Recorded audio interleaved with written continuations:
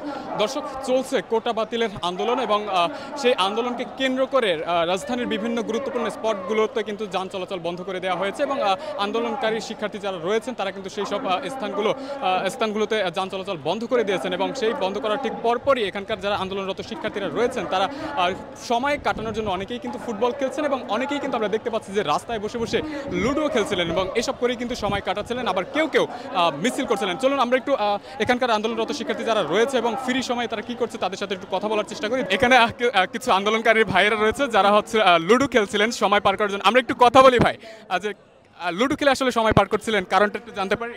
আসলে এখন সবকিছু তো মোটামুটি থেমে আছে, তো আমাদের এখন কাজের পরিমাণ কমে আসছে বলে এই চাপ মানে আর যাতে না থাকে আমরা বিনোদনের জন্য মোটামুটি একটু গুছাই লুডো খেলতেছি 4 জন মিলে। ঠিক পাশেই ভাই দেখতে পাচ্ছিলাম যে ফুটবলও খেলছিল, মানে মোটামুটি আজকের আন্দোলনটা একটু অন্যরকম মনে হচ্ছে। আজকে না, আমরা লাগাতার কয়েকদিন যাবৎ করতেছি আর আমাদের দাবি দেওয়া আদায় না হওয়া পর্যন্ত আমরা করেই যাব। তো একটু রিল্যাক্সের ব্যাপার স্যাপার আছে সেটার জন্যই আর কি। আমরা কি বলতে পারি যে এক কথায় সময় কাটানোর জন্য আপনারা লুডো বা ফুটবল খেলছেন? হ্যাঁ হ্যাঁ, জি, এরকমটাই। শুধু এখানেই নয়, এর আশেপাশেও আরও অনেক জায়গাতেই রয়েছে। আপনারা দেখতে পাচ্ছেন যে রাস্তার পাশে ঠিক বসে বসে অনেকেই লুডো খেলছেন, অনেকে গল্প করছেন, আনন্দ করছেন। ঠিক পাশে আমরা একটু যদি সামনের দিকে যাই সেখানে দেখতে পাবো যে শিক্ষার্থীরা কিন্তু ফুটবল খেলছিলেন। আমরা একটু সামনের দিকে আগাই। ভাই, আপনারাও কি লুডো খেলছিলেন বসে বসে? অনেকেই লুডো খেলতেছিল, অনেকে ফুটবল খেলতেছিল। আপনারা কি করছেন? বসে আছি। আমরা একটু সামনের দিকে যাব, গিয়ে দেখার চেষ্টা করি যে আসলে তারা কি করছিলেন।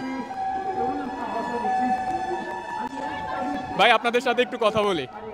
আপনারা বসে বসে আন্দোলনের পাশাপাশি লুডো খেলছেন, আসলে বিষয়টা কি উপভোগের জন্য নাকি সময় কাটানো? সময় কাটানোর জন্য।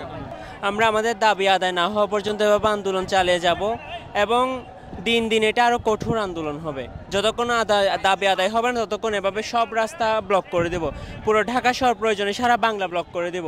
ছাত্র সমাজ মাঠে নামছে, আমাদের দাবি আদায় করতেই হবে। Thank you. ঠিক আছে দর্শক, এর থেকে আরও একটু সামনে যদি আমরা যাই তাহলে দেখতে পাবো যে ঠিক পাশেই কিন্তু সাধারণ শিক্ষার্থী যারা রয়েছেন, বিশেষ করে আন্দোলনরত শিক্ষার্থীরা, তারা কিন্তু ফুটবল খেলছিলেন।